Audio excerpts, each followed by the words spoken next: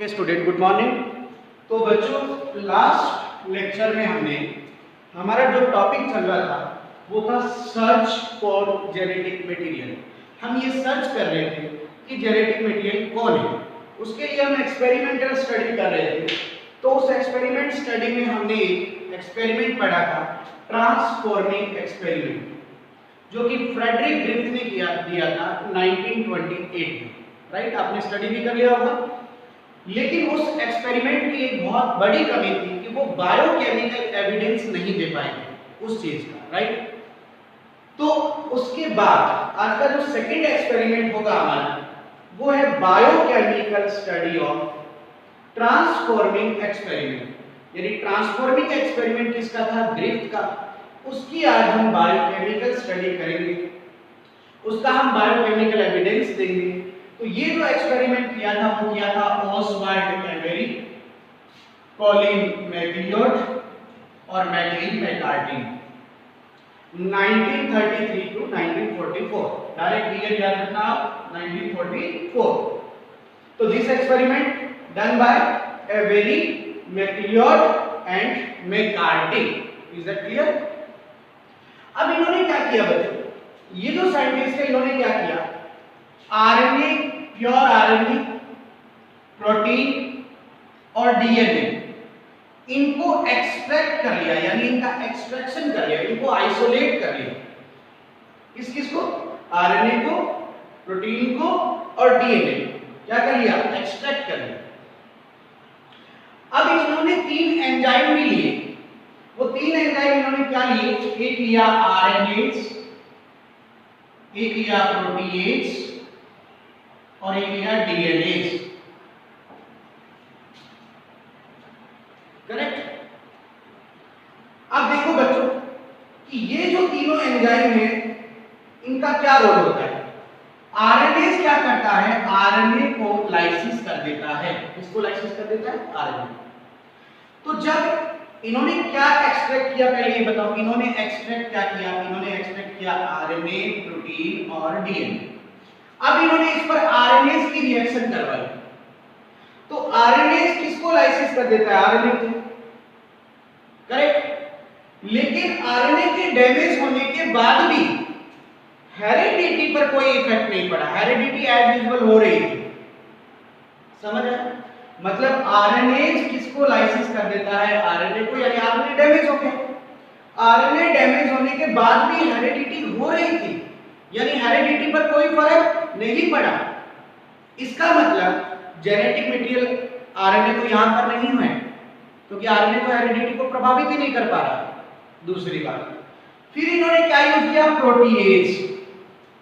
Protease किसको lysis करता है? प्रोटीन को। यानी प्रोटीन डैमेज हो गई। प्रोटीन डैमेज हो गई, फिर भी हेरिडिटी पर कोई इफेक्ट नहीं पड़ा। No effect on heredity. Heredity as usual हो रही थी। इसका मतलब प्रोटीन भी हेरिडिटरी मटेरियल नहीं है। राइट? ये दोनों एंजाइमों का एक्शन इन दोनों पर हो गया। अब यह डीएनएज, डीएनएज किसको लाइसिस कर देता है? डीएनए को। आप समझिएगा कि अब जब डीएनए डैमेज हुआ तो इन्होंने देखा कि डीएनए के इफेक्ट से डीएनए लाइसिस हो गया है, और डीएनए अगर डैमेज हो गया तो नो हेरिडिटी। अब हेरिडिटी बंद हो गई है, मतलब इनहेरिटेंस इनहिबिट हो गई है। अब हेरिडिटी नहीं हो रही, मतलब हेरिडिटी मटेरियल जो है वो कौन हो गया? डीएनए हो गया। ये इन्होंने बता दिया। करेक्ट? हेरिडिटी मटेरियल ना आरएनए है, ना प्रोटीन है, कौन है? DNA. Correct? This study done by Avery, MacLeod and McCarthy on the basis of biochemical। इन्होंने केमिकली इस चीज को स्टडी किया कि आरएनएज के कारण हेरिडिटी पर प्रभाव नहीं पड़ेगा, प्रोटीएज के कारण भी नहीं पड़ेगा, लेकिन डीएनएज के कारण इनहेरिटेंस रुक जाएगा। इसका मतलब डीएनए ही हेरिडिटी मटेरियल है। बात क्लियर होगी बच्चों? एकदम अच्छे से। कंक्लूजन ये गया कि डीएनए सेल्फ रेप्लिकेशन कर सकता है। डीएनए, अब देखो एक बात सुनो, आरएनए के डैमेज होने से हेरिडिटी पर फर्क क्यों नहीं पड़ा? इसलिए नहीं पड़ा क्योंकि डीएनए तो था ना, अभी डीएनए था तो उसने आरएनए बना दिया by the help of transcription. तो आरएनए डैमेज हो जाएगा तो क्या हो गया? डीएनए पड़ा है ना, वो आरएनए बना देगा। सिमिलरली प्रोटीन डैमेज हो गया तो भी हेरिडिटी पर कोई नहीं फर्क पड़ा क्योंकि डीएनए है ना, डीएनए है तो इसने आरएनए बनाया और आरएनए है तो इसने ट्रांसलेशन से प्रोटीन बना दी। लेकिन समझिए कि जिस दिन डीएनए ही डैमेज हो गया, डीएनए ही डैमेज हो गया तो ना तो आरएनए बन पाएगा ना प्रोटीन बन पाएगा, और डीएनए को बनाने वाला और कोई नहीं है। डीएनए तो सेल्फ रेप्लिकेशन से बनता है, डीएनए ही आरएनए को बनाता है और आरएनए आगे प्रोटीन को बनाता है। अल्टीमेटली हम कह सकते हैं कि डीएनए ट्रांसमिशन एजेंट है, डीएनए हेरिडिटरी मटेरियल है, इंफॉर्मेशन को ट्रांसमिट कर रहा है। ये कंक्लूजन है, ठीक बात है। लग रहा है ना प्रूव हो गया कि डीएनए ही जेनेटिक मटेरियल है, सही बात है, प्रूव हो गया। लेकिन इनको क्रेज नहीं गया। क्यों नहीं गया? क्योंकि ये अपने एक्सपेरिमेंट से not able to convince to other biologist. समझ आई बच्चों ये बात? ये अपने एक्सपेरिमेंट से जो दूसरे बायोलॉजिस्ट है उनको कन्विंस नहीं कर पाए थे। मतलब इनकी स्टडी से ये दूसरे बायोलॉजिस्ट को समझा नहीं पाई ये चीज। लेकिन हाँ, ये एक बहुत अच्छा क्वेश्चन है, एक बार मैंने सीट के अंदर देखा भी था। इन्होंने फर्स्ट प्लेटफॉर्म दे दिया था for heredity material search. Heredity material की सर्चिंग का पहला प्लेटफॉर्म इन्होंने दे दिया था कि वो हेरिडिटी मटेरियल डीएनए ही है। ये प्लेटफॉर्म प्रोवाइड करवा दिया था इन्होंने, राइट? ये क्वेश्चन आया था कि किसके एक्सपेरिमेंट से, ये नहीं कहा था किसने प्रूव किया, ये कहा था किसके एक्सपेरिमेंट ने पहला प्लेटफॉर्म रख दिया था कि डीएनए हेरिडिटी मटेरियल है। वो इन्हीं का एक्सपेरिमेंट था, एवरी मैक्लियोड और मैकार्टी। लेकिन इनको क्रेज नहीं दिया गया। क्यों नहीं दिया गया? क्योंकि ये अपने इस पूरे एक्सपेरिमेंट से दूसरे बायोलॉजिस्ट को कन्विंस नहीं कर पाए, उनको समझा नहीं पाए। ये इनकी कमी थी। ये भी एक बेहतरीन क्वेश्चन हो जाएगा यहाँ, करेक्ट? और ये ध्यान रखना, कौन इनहेरिटेंस को प्रभावित करता है? क्या आरएनए करता है? नहीं। क्या प्रोटीएज करता है? नहीं। इनहेरिटेंस किससे प्रभावित होती है? डीएनए से, करेक्ट? समझ आ गया यहाँ तक? ये इसके इंपॉर्टेंट क्वेश्चन है बस, ठीक है बच्चों? तो ये सेकंड एक्सपेरिमेंट हो गया, लेकिन अभी तक प्रूव तो नहीं हुआ ना कि कौन जेनेटिक मटेरियल है। तो आइए हम इसके लिए आगे बढ़ते हैं। इसके बाद बच्चों एक एक्सपेरिमेंट आया था, ट्रांसडक्शन एक्सपेरिमेंट। अभी आपको पूरा बताते हैं। Experiment number 3, transduction experiment.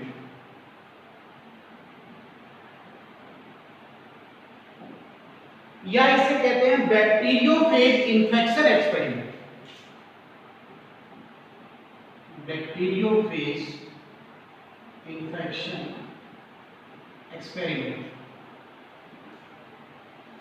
ये जो एक्सपेरिमेंट है बच्चे, ये किया था एल्फ्रेड हर्शे और मार्था चेसी 1952 ये एक्सपेरिमेंट किया है। तो सीधा याद रखो ना, हर्शे और चेस ने ये एक्सपेरिमेंट किया है। इस एक्सपेरिमेंट से इन्होंने ये प्रूव कर दिया था कि डीएनए ही जेनेटिक मटेरियल है। बोले तो जीएम है, जीएम मतलब जेनेटिक मटेरियल, यानी डीएनए ही हेरिडिटरी मटेरियल है। ये प्रूफ कर दिया था इन्होंने ही इस चीज का प्रूफ दिया। तो क्रेज इन्हीं को जाएगा, राइट? तो ये क्वेश्चन आपका पहला यहीं पर मैंने बता दिया कि किसके एक्सपेरिमेंट से ये प्रूफ होता है कि डीएनए ही जेनेटिक मटेरियल है। तो वो है हर्शे और चेस का एक्सपेरिमेंट, करेक्ट? लेकिन ध्यान रखना, बहुत बड़ी मेहनत एवरी मैक्लियोड और मैकार्टी ने की थी। उन्होंने पूरा बायोकेमिकल प्लेटफॉर्म रख दिया, बस वो अपनी बात से अदर बायोलॉजिस्ट को कन्विंस नहीं कर पाए, करेक्ट? तो आइए बच्चों देखते हैं कि एक्सपेरिमेंट क्या है, इसको समझने का प्रयास करते हैं, करेक्ट? तो देखो हाँ एक और चीज बच्चों, इन्होंने एक बात और कही कि प्रोटीन ट्रांसमिशन नहीं करता है कभी भी, जबकि डीएनए ट्रांसमिशन करता है। ट्रांसमिशन समझ गए ना, एक जनरेशन से दूसरी जनरेशन में, है ना? तो ये भी बात इन्होंने बता दी, करेक्ट? तो ये इनके एक्सपेरिमेंट का कंक्लूजन है। अब हम इनका एक्सपेरिमेंट स्टार्ट करते हैं। इनके एक्सपेरिमेंट को स्टार्ट करने से पहले मैं थोड़ा आपको बताना चाहूंगा बच्चों कि क्या चीज है ट्रांसडक्शन, क्या चीज है ये बैक्टीरियोफेज इन्फेक्शन। थोड़ा अगर आपको बेसिक प्लेटफॉर्म दूं तो आप ये समझ पाओगे अच्छे से। हालांकि वैसे भी समझना तो कोई ज्यादा बड़ा मुश्किल टास्क नहीं है, लेकिन फिर भी मैं आपको इसे क्लियर करा देता हूं, राइट? देखो बच्चों क्या होता है बच्चों की बैक्टीरियोफेज क्या है? बैक्टीरियोफेज वायरस है, और ये वो वायरस है जो अटैक करते हैं किस पर? बैक्टीरिया पर। ये बात है, bacteriophage are virus attack on bacterial cell. Is that clear? ये बात है। अब इसको थोड़ा और समझते हैं अच्छे से कि ये बैक्टीरियोफेज में यहां पर डिजाइन करना, ये बैक्टीरियोफेज की स्ट्रक्चर, वायरस है ना बैक्टीरियोफेज, वायरस की स्ट्रक्चर किसकी बनी होती है? न्यूक्लियोकैप्सिड। कैप्सिड मतलब प्रोटीन और न्यूक्लियो मतलब न्यूक्लिक एसिड।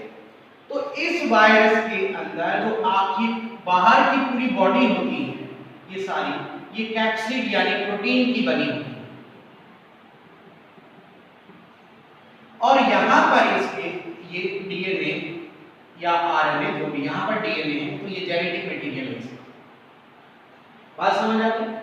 ये इस वायरस की स्ट्रक्चर का हेड है, ये इसका जो है मिडल पार्ट है या टेल बोलते हैं इसे, और ये स्पाइकलेट होती है तो स्पाइकलेट बोलते हैं ये चीज। ये एक बैक्टीरियोफेज की कॉमन स्ट्रक्चर। लेकिन कुछ भी हो, ये सारी चीजें किसकी बनी होती है? प्रोटीन की। ये सारी चीजें प्रोटीन की बनी होती है, लेकिन ये डीएनए, करेक्ट? तो क्या आप बैक्टीरियोफेज की स्ट्रक्चर से इंट्रोड्यूस हो गए? ध्यान रखना, बाहर की सारी बॉडी किसकी है? प्रोटीन की है, और डीएनए अंदर हेड रीजन में पैक है, करेक्ट? इतना समझ आ गया ना? तो ये क्वेश्चन भी बन गया, वायरस में जीनोम कहां पैक होता है? हेड में होता है, ये भी ध्यान रखना। क्लियर? ये बात क्लियर है। चलो बैक्टीरियोफेज की स्ट्रक्चर समझ आए, अब देखते हैं हम इसको थोड़ा सा बेसिकली और पढ़ते हैं। क्या है बच्चों कि ये एक बैक्टीरियल सेल है।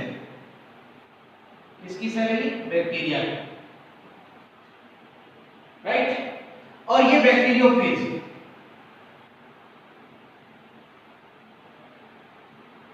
ये उसका डीएनए है। तो सबसे पहले क्या होता है कि बैक्टीरियोफेज बैक्टीरियल सेल के साथ आकर अटैच होता है, मतलब जुड़ता है। इसे बोलते हैं एडहेशन। ये एडहेशन होता है, ये पहला स्टेप है। यानी बैक्टीरियोफेज आकर बैक्टीरिया पर अटैच हुआ, ये क्या हुआ? Adhesion by the help of spikelets. अब ये जो स्पाइकलेट्स है ये बैक्टीरियल सेल वॉल में पोर कर देते हैं, होल कर देते हैं। तो अब क्या होगा कि ये जो डीएनए है वो अंदर एंटर कर जाएगा। ऐसे ये डीएनए अंदर एंटर कर,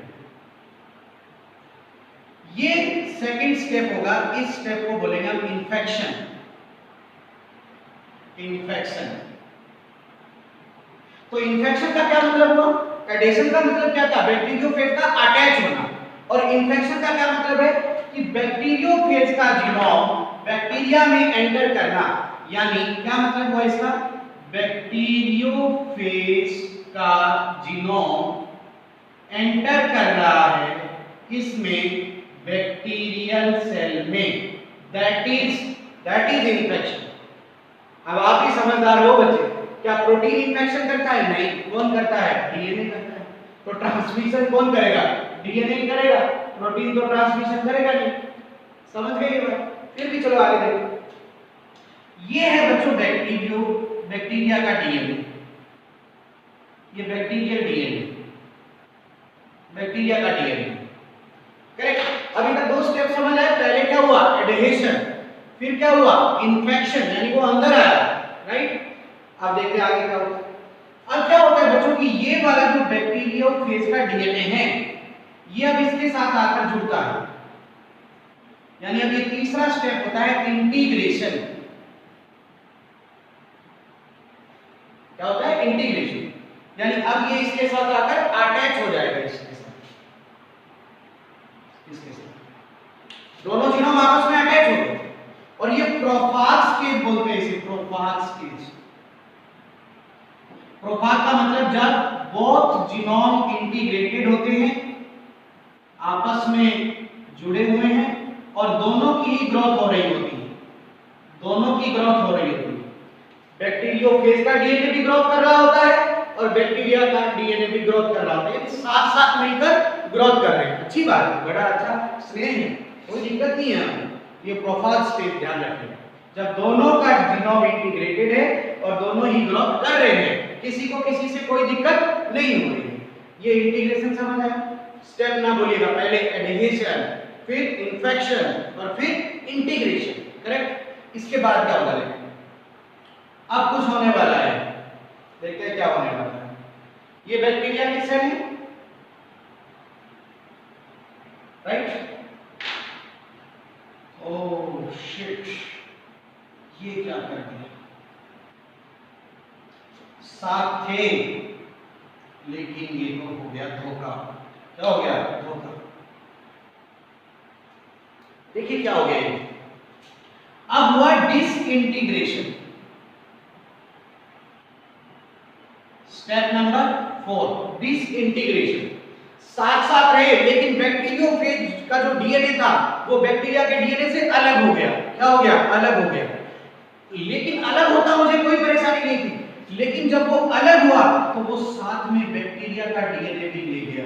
ये देखो, ये साथ में बैक्टीरिया का डीएनए भी ले गया, तो ये एक तरह का रिकॉम्बिनेंट डीएनए हो गया। जब दो डीएनए आपस में जुड़ जाते हैं तो उसको रिकॉम्बिनेंट डीएनए कहते हैं। तो देखो यहां पर क्या हो गया, इस डीएनए का लाइसिस हो गया और ये डीएनए किसका था? बैक्टीरिया। जब इस डीएनए का लाइसिस हो गया तो ये कोई ग्रोथ आगे नहीं करेगा और अब केवल कौन ग्रोथ करेगा बेटा? बैक्टीरियोफेज का डीएनए ग्रोथ करेगा। मुझे गुस्सा तो बहुत आया यार, जिस थाली में खा रहे हो उसी में छेद कर रहे हो। बैक्टीरिया के अंदर आए, बैक्टीरिया से जुड़े, अच्छी बात थी, दोनों साथ ग्रोथ कर रहे थे, लेकिन ये तो धोखा, डिसइंटीग्रेशन हो गया। और हुआ जो हुआ, इसका माल भी साथ में ले गया, है ना। और अब इस डीएनए को तो क्या कर दिया? ब्रेक कर दिया, लाइसिस कर दिया, ये नहीं ग्रोथ करने वाला। अब इस घर में राज किसका होगा? बैक्टीरियोफेज के डीएनए का। समझ आ गया? अब क्या होगा अगले स्टेप में बेटा कि अब यहां पर बैक्टीरियोफेज मल्टीप्लाई करेगा ये डीएनए। अब वायरस के अंदर एंजाइम नहीं होते, वायरस के अंदर नो एंजाइमेटिक मशीनरी, कोई एंजाइम नहीं होता। वायरस हमेशा होस्ट का एंजाइम यूज करता है। तो ये बैक्टीरियोफेज का डीएनए अब इस बैक्टीरिया की सेल को यूज करेगा, इसके एंजाइम यूज करेगा और अब होगा मल्टीप्लाई, बहुत ज्यादा मल्टीप्लाई, राइट।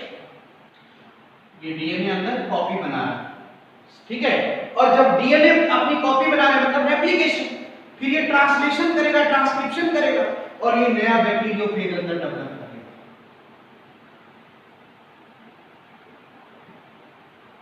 अंदर बहुत सारे बैक्टीरियोफेज हो गए, यानी ये हुआ मल्टीप्लिकेशन। मल्टीप्लिकेशन पांचवा स्टेप। पहला स्टेप क्या था? एडेनेशन, फिर था इन्फेक्शन, फिर इंटीग्रेशन, फिर डिसइंटीग्रेशन और फिर क्या हुआ? मल्टीप्लिकेशन। अपना साथ बहुत सारे बैक्टीरियोफेज अंदर बन गए। अब क्या होगा? अब होगा बैक्टीरियल सेल का लाइसिस। छठा step lysis. Bacterial cell burst होगी, है ना, और बैक्टीरियल सेल ब्रस्ट होगी और बैक्टीरियोफेज रिलीज हो जाएंगे बाहर। ये इस तरह से बाहर रिलीज होगी। समझ आया बच्चों? और अब ये रिलीज होकर क्या करेंगे? Attack on other cell, attack on other bacteria. अब ये किसी दूसरे बैक्टीरिया पर क्या करेंगे? अटैक करेंगे। ये पूरा इन्फेक्शन होता है। अब मैं आपको ट्रांसक्रिप्शन की डेफिनेशन बता रहा हूं, अभी तक मैंने बताई नहीं, अभी तक ये समझाया है। अभी ट्रांसक्रिप्शन क्या होता है? ट्रांसक्रिप्शन होता है बेटा, देखो बैक्टीरियल जीनोम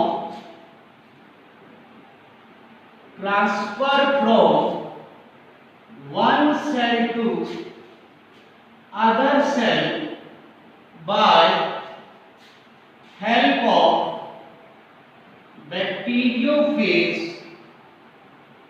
infection.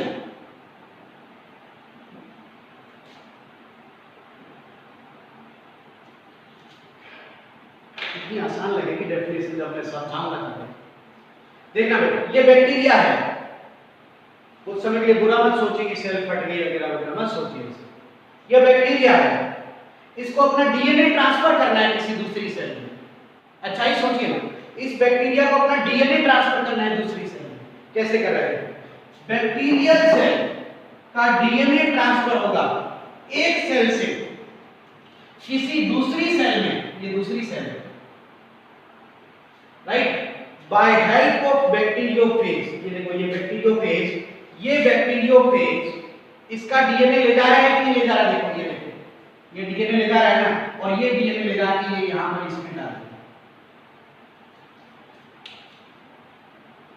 ये देखो, ये बैक्टीरिया का डीएनए है, और जब ये यहां पर अटैक करेगा तो ये डीएनए डाल देगा इसमें। डाल देगा कि नहीं डाल देगा? इस सेल का डीएनए इस दूसरी सेल में चला गया ना, कौन लेके गया? बैक्टीरियोफेज। तो अब देखो डेफिनेशन, बैक्टीरियल जीनोम ट्रांसफर हो रहा है from one cell to other cell by help of bacteriophage, that is transcription. और ये बैक्टीरिया का पहला सेक्सुअल रिप्रोडक्शन मेथड है, पहला sexual reproduction method of bacteria. ये बैक्टीरिया का एक रिप्रोडक्टिव मेथड है ट्रांसक्रिप्शन। अब समझ आया? कुल मिला के बच्चों आपको समझ आ गया ट्रांसक्रिप्शन क्या है, बैक्टीरियोफेज इन्फेक्शन क्या होता है समझ आ गया, किस पर इन्फेक्शन करता है, कैसे करता है, ये पूरी कहानी समझ आई ना समझ? अब आपको एक्सपेरिमेंट 1 मिनट में समझ आ जाएगा बस, क्लियर? तो चलिए देखते हैं ये एक्सपेरिमेंट क्या है। अब इस एक्सपेरिमेंट को समझिए। पहले में अगर एक्सपेरिमेंट करा था तो आपके मन में बहुत सारे क्वेश्चन का अंबार लगा होगा, अब नहीं लगेगा। देखिए, ये जो एक्सपेरिमेंट है इसके लिए क्या किया, हर्षे और चेज ने क्या किया, बैक्टीरियोफेज दिया, बैक्टीरियोफेज का एक सैंपल लिया और एक दूसरे बैक्टीरियोफेज का सैंपल लिया। बैक्टीरियोफेज के सैंपल लिए तो इस बैक्टीरियोफेज को इन्होंने रेडियो एक्टिव लेबलिंग की, इसकी मीडियम में ग्रो करवाया इसको, और उस मीडियम में P32 रेडियो सब्सटेंस था। कौन सा था? P32। तो ये क्या की मतलब फॉस्फोरस। तो रिजल्ट ये हुआ कि जो ये बैक्टीरियोफेज है इसका जो प्रोटीन कोट है बाहर का, ये रेडियो लेवल नहीं हुआ, ये रेडियो लेवल नहीं हुआ। क्यों नहीं हुआ? कि प्रोटीन में फॉस्फोरस नहीं होता है, प्रोटीन में फॉस्फोरस नहीं होता है, इसलिए ये रेडियो लेवल नहीं हुआ। जबकि इसका डीएनए, तो ये रेडियो लेवल हो गया। अब डीएनए रेडियो लेवल क्यों हो गया? क्योंकि डीएनए में फॉस्फोरस होता है, डीएनए में फॉस्फोरस होता है। डीएनए की स्ट्रक्चर पढ़ाई करना, उसमें फॉस्फोरिक एसिड होता है ना, तो फॉस्फोरस किसका पार्ट है? डीएनए का। इसलिए रेडियो लेवल कौन हुआ? डीएनए। प्रोटीन रेडियो लेवल क्यों नहीं हुआ?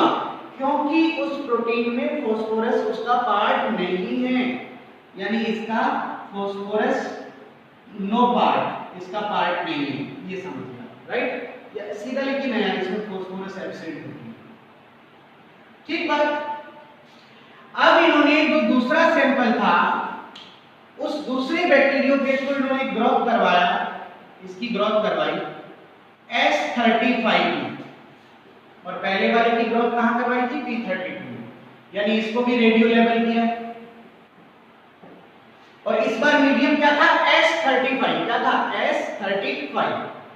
ठीक है, अब देखो क्या होगा बेटा,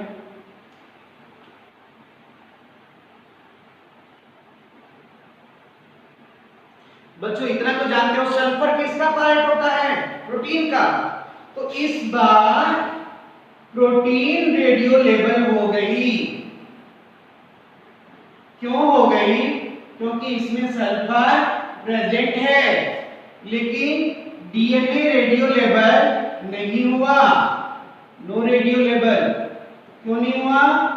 क्योंकि डीएनए में सल्फर नहीं होता।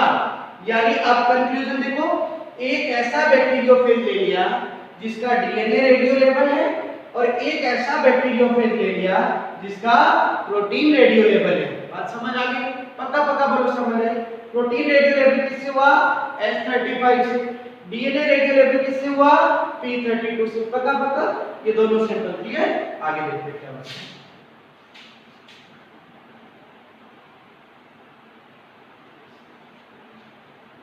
यहां तक की बात आपको समझ आ गई है ना?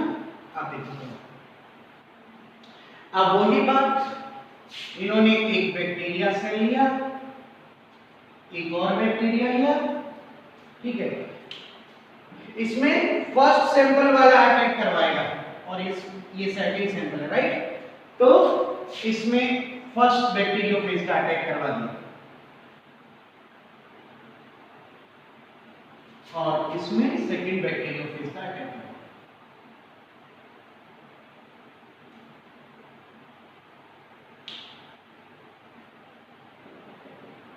ये अटैक करवा और ये बैक्टीरिया है,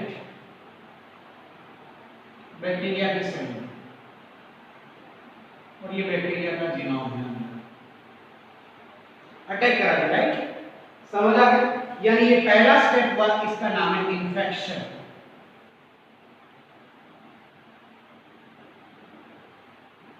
ये क्या एक्सपेरिमेंट का पहला स्टेप हुआ? इन्फेक्शन। एक बैक्टीरिया में वो बैक्टीरियोफेज अटैक कराया है जिसका डीएनए रेडियो लेवल है, डीएनए रेडियो लेवल है,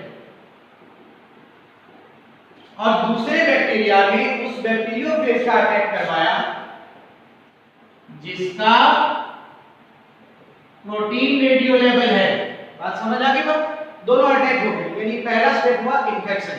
यानी हर्शी और चेज के एक्सपेरिमेंट में 3 स्टेप थे। पहला था इन्फेक्शन, ठीक है बच्चों?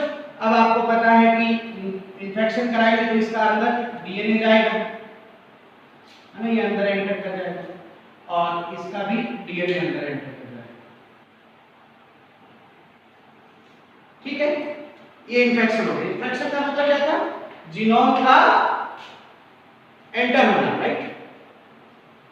इसके बाद यहां तक समझ आया आपको? इसके बाद इन्होंने क्या की? दूसरा स्टेप करवाया, ब्लेंडिंग। ब्लेंडिंग करवाई, ये दूसरा स्टेप है।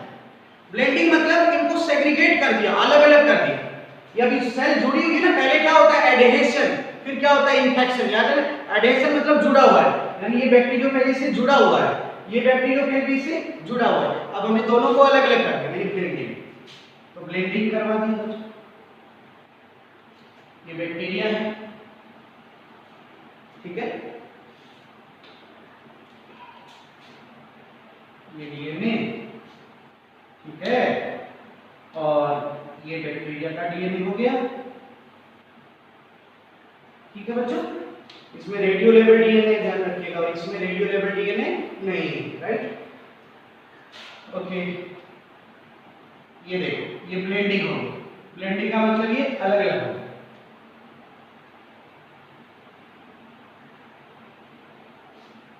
अलग अलग हो गया। ये बैक्टीरियोफेज और बैक्टीरिया अलग अलग हो गए। ब्लेंडिंग का मतलब ये सेपरेशन हो गया। ब्लेंडिंग का मतलब सेपरेशन करना, करेक्ट? अब तीसरा एक्सपेरिमेंट किया इन्होंने, सेंट्रीफ्यूगेशन। सेंट्रीफ्यूगेशन आपको 11th में पढ़ाया था। सेंट्रीफ्यूगेशन क्या होता है? डेंसिटी ग्रेडियंट के बेस पर सेपरेट करना। एक सेंट्रीफ्यूज मशीन होती है जिसमें सेंट्रीफ्यूज ट्यूब होती है, जैसे ये सेंट्रीफ्यूज ट्यूब है, इस तरह से ये सेंट्रीफ्यूज ट्यूब होती है जिस पर ये स्केल होता है। इसमें किसी भी लिक्विड को हम डालकर आरपीएम पर रोटेट कराते हैं तो फिर क्या होता है? डेंसिटी के बेस पर मटेरियल सेपरेट हो जाता है। तो ये जो सेंट्रीफ्यूज ट्यूब है, अब इसको समझिएगा। जब हम सेंट्रीफ्यूगेशन करा देंगे तो उसके बाद क्या होगा, जो भारी चीजें हैं वो नीचे आएगी, हैवी मटेरियल नीचे आएगा, लाइट मटेरियल ऊपर आएगा, हल्का मटेरियल ऊपर आएगा और मीडियम बीच में रहेगा। ऐसा ही होगा ना। तो जो नीचे की तरफ होता है उसको पैलेट बोलते हैं और जो ऊपर की तरफ होता है उसको सुपरनेटेंट बोलते हैं। बच्चों ध्यान रखना, जो सबसे ऊपर आता है उसे सुपरनेटेंट और जो नीचे आता है उसको पैलेट। ये सेंट्रीफ्यूज ट्यूब में इस तरह के बेल्डिंग होती है, राइट। तो जब हम सेंट्रीफ्यूगेशन कराएंगे इन चीजों का, अब ये लिक्विड है बेटा, ये तो डायग्राम में दिख रहा है, बाकी ये सब लिक्विड है। अब जब हमने सेंट्रीफ्यूगेशन कराया तो हमने देखा